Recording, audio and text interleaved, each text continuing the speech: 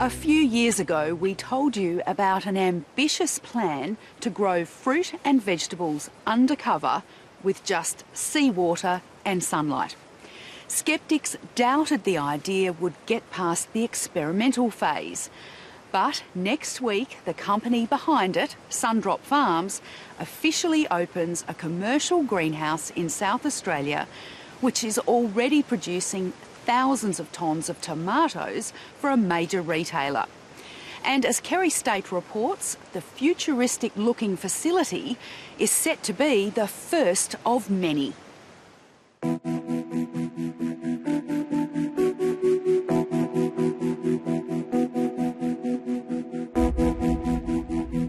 It's a vision many thought wouldn't get off the ground.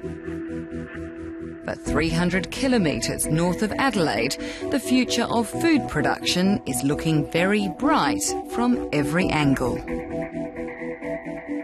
This is a very, very special project. It's not just the first for Port Augusta, this is the first in the world.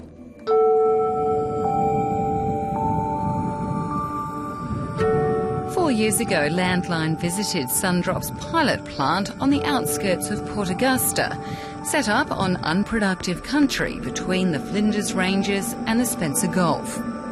It consists of... An international team of water and engineering experts had been assembled to work out the best way to grow tomatoes with just seawater and sunshine. What we were really looking for when we built this team is people who had a passion for changing the way agriculture is done. So when you were last here, we're about 100 the size we're at today. And how things have changed. That smart idea is now a spectacular commercial reality. Since you were here last, we've grown 100-fold. We're now in the midst of our mirror field of 23,500 little mirrors, and our greenhouse is 20 hectares instead of 2,000 square meters, so quite a big change. German-born Philip Saumweber, a former investment banker with a background in funding international agricultural projects, runs Sundrop. He's teamed up with Dutch civil engineer Rainier Volterbeek, who has a master's in water management. So we're in this solar field. I mean, what actually happens? What do the mirrors do? So when the sun comes up over the Flinders Ranges, these mirrors have identified that the sun is there. They basically go into an angle to receive this solar flux from the sun and point it onto the receiver at the top of the tower. And how much energy are you actually capturing, I guess? Peak performance during summer sits around 39 megawatt thermal.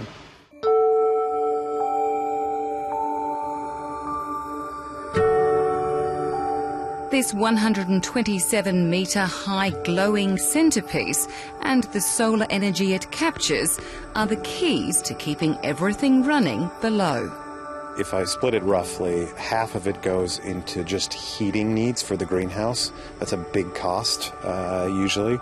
About 30 to 35% goes into making water, and then the rest is for electricity production.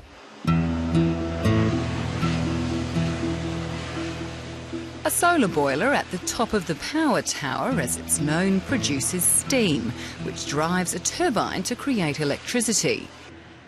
Any unused heat is transferred to a thermal energy storage tank, the biggest in the southern hemisphere. Indeed, everything here is big. And it's a nice change for Rainier Volterbeek, who has worked in pilot greenhouses until now. Yeah, occasionally you need to pinch yourself. It is obviously it's amazing to see that that what you think could work actually works. Some of the original design has been tweaked.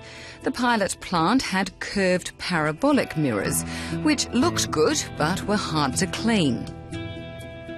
So when it was scaled up, the team opted for flat, everyday mirrors. The mirrors are actually just normal bathroom mirrors. Obviously the size, I don't know how big your bathroom is, but they're 2 square meters each. But yeah, they're ordinary mirrors. And unlike at the pilot plant, thermal oil is not being used to capture and create heat here. When you use thermal oil, there's increased risk from a fire risk perspective. There are stories of some solar fields catching fire, which isn't great. And there's also an environmental perspective around using thermal oil. At the end of its life, it needs to be disposed of. We've completely gotten rid of that here. We now run a complete closed-loop water system. Which brings us to the other major ingredient that keeps this operation afloat. Salt water, piped from the nearby Spencer Gulf. This is used for heating, cooling and irrigation. But before it can water crops, it needs to be converted to something more palatable. So you've got this...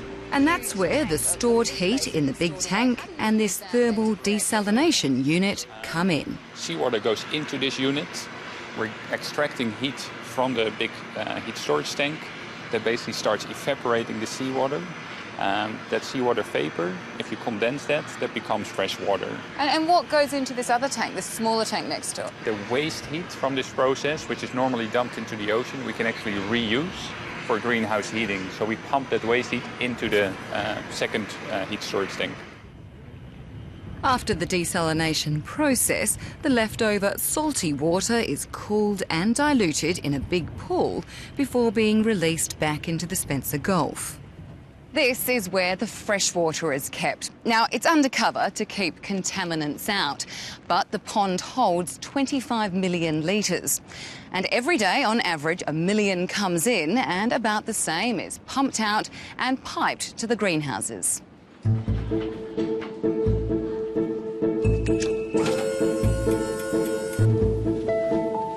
This is Adrian Simpkin's world. He spent more than 2 decades running tomato greenhouses in Europe and North America before joining Sundrop as head grower. And he says the desalinated water is far from second-rate. It's almost the perfect water. So you're taking all of the salt out of it. There's no disease aspects. It's very pure, and we're able to enhance it with the nutrition that the plants require. Okay, Kerry, so this is where a grower should spend most of his time. As the boss in here, it's Adrian's job to keep on top of these fast-moving plants, which grow around 30 centimetres a week. And that means plenty of hours up high checking on the crop as it flowers. So if we make mistakes up here, then we'll see it for the next 8 weeks. So you pull these out every 12 months, but it is a perennial plant, so why do you do that? Yeah, that's correct. The way that we push these plants, I liken it to a 100-year-old person. You're not running a marathon like you used to. There are 4 greenhouses identical to this one. And almost 2 years after construction started, they're all producing at full capacity, with Sundrop expected to deliver at least 15,000 tonnes of tomatoes a year. I think when you look at population growth and water shortage, we need to be able to produce food in a very efficient manner, maximise the amount of space that's available and minimise the impact on the environment when it comes to water usage. So this project, it really is, a big step forward.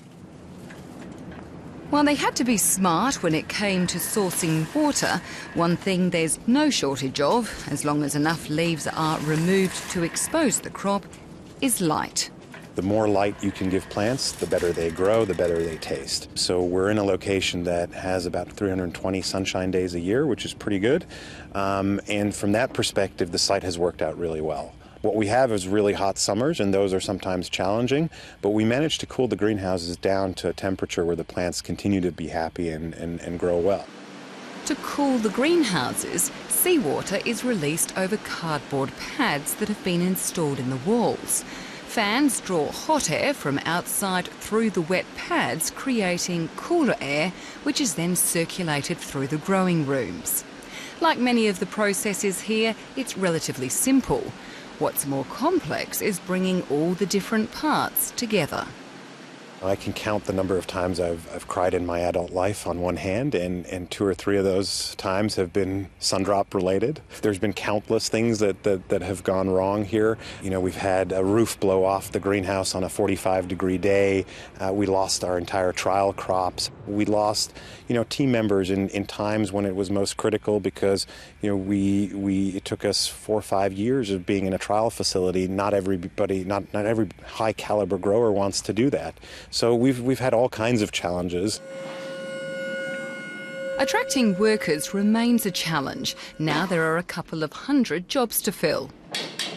But the company says it's tapping into local skills, with 70% of workers coming from the region. People did think that we couldn't find the right people for horticulture locally, but we have been able to. That being said, there is a limited skill base for high-tech greenhouse growing in Australia in general, and some of our growers, but that's really only 2 or 3 people, are from abroad. So they come from places like Holland, the United States, etc. But most of the people here are Australians and are locals. It's a welcome jobs boost after one of the area's major employers, Port Augusta's power station, closed this year.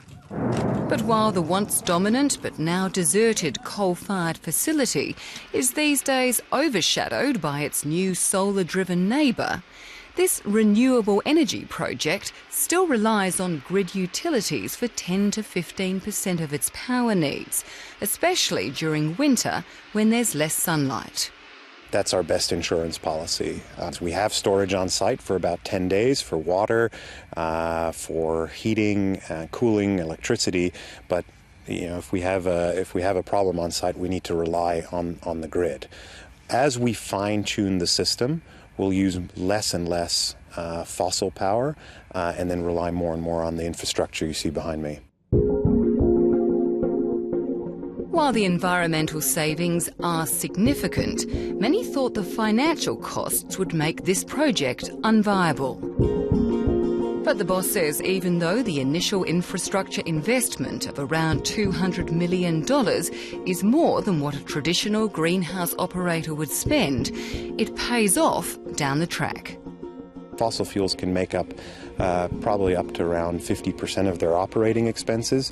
We bring that right down. And when you look at what we're depreciating, the cost of this asset every year, it's much lower than what they're spending every year on fossil fuels. So there's a significant saving.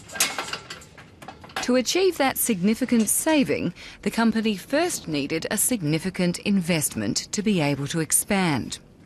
That came from private equity firm KKR, which is contributing $100 million. And something that helped convince the global giant to get on board the Sundrop train is the 10-year contract the grower has secured with retailer Coles. It is unusual in the sense that it's the longest agreement we have in horticulture. It gives them security broadly about what they'll be paid, and it gives us security about the volumes that they're going to grow. Sundrop is growing just one variety of truss tomatoes, and everything it produces goes to Coles. The retailer's head of fresh produce says what comes out of this greenhouse won't saturate the market or push smaller tomato growers out, but it will affect prices. Tomatoes are one of our top 10 selling lines in the supermarket, and they're growing very quickly. Particularly in winter, there is a gap between supply and demand, and what Sundrop will do is fill that gap. What I would say is in winter, my personal belief is that customers have to pay too much for truss tomatoes, and what Sundrop will do will be allow us to give better value to customers, but also to provide a great return to suppliers through that period as well. Sundrop may have a secure market, but after just a few months in operation, there is still some uncertainty surrounding this ambitious project. Namely, will the facility, which combines technology from all over the world and is designed to run for 25 years, last the distance? If you design a new car, maybe the first 10 kilometers go fine, but does it still run after like 2,000 kilometers or 200,000 kilometers? I think, is it going to live up to its design life? That, I think, is obviously a question that we can only answer over time, but we're confident. confident enough to develop more of these sustainable greenhouses. Sundrop already has facilities opening in Portugal and the United States, and it has another one planned for Australia. While it's keeping the details under wraps for now, it says the first step for each project is to partner up with a retailer. Once we understand what the client's requirements are, then we design the greenhouse around it. When we know what the greenhouse looks like, then we can design the sustainable infrastructure around it. So no, it won't always be a power tower, and it won't always be seawater, but it will always have a sustainable resource angle.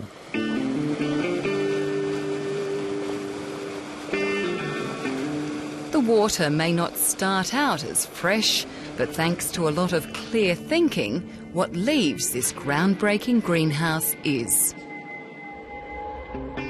And a light bulb moment that some saw as laughable is now looking a lot more lucrative.